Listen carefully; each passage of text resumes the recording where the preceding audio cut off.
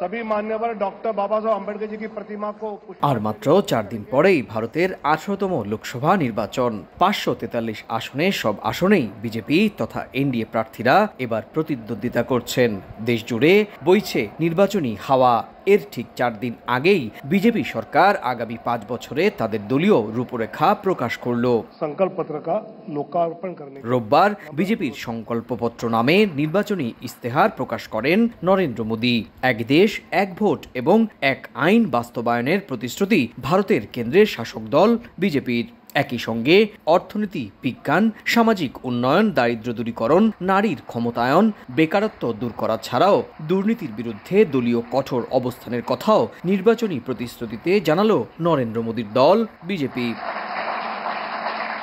BJP দুর্নীতির সঙ্গে zero tolerance নীতি ঘোষণা করেছে। একই সঙ্গে জম্মু কাশ্মীর থেকে 370 ধারা বিলোপ এবং সিটিজেন অ্যামেন্ডমেন্ট বিল বা সিএ আইনের শতভাগ বাস্তবায়নেরও অঙ্গীকার করেন নরেন্দ্র মোদী। বিকাশে কম খরচে ক্যাশ আউটের লিমিট বেড়ে 50,000, প্রিয় এজেন্টও 2টা।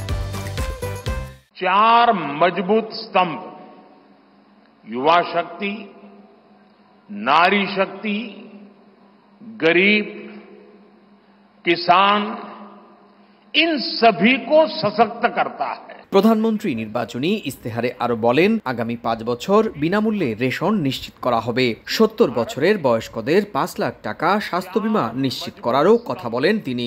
দেশের 10 কোটি কৃষককে 100 দিনের কাজের আওতায় আনা হবে। একই সঙ্গে দেশের অন্তত 3 কোটি নারীকে লাখপতি দিদি করারও প্রতিশ্রুতি দেন নরেন্দ্র মোদী।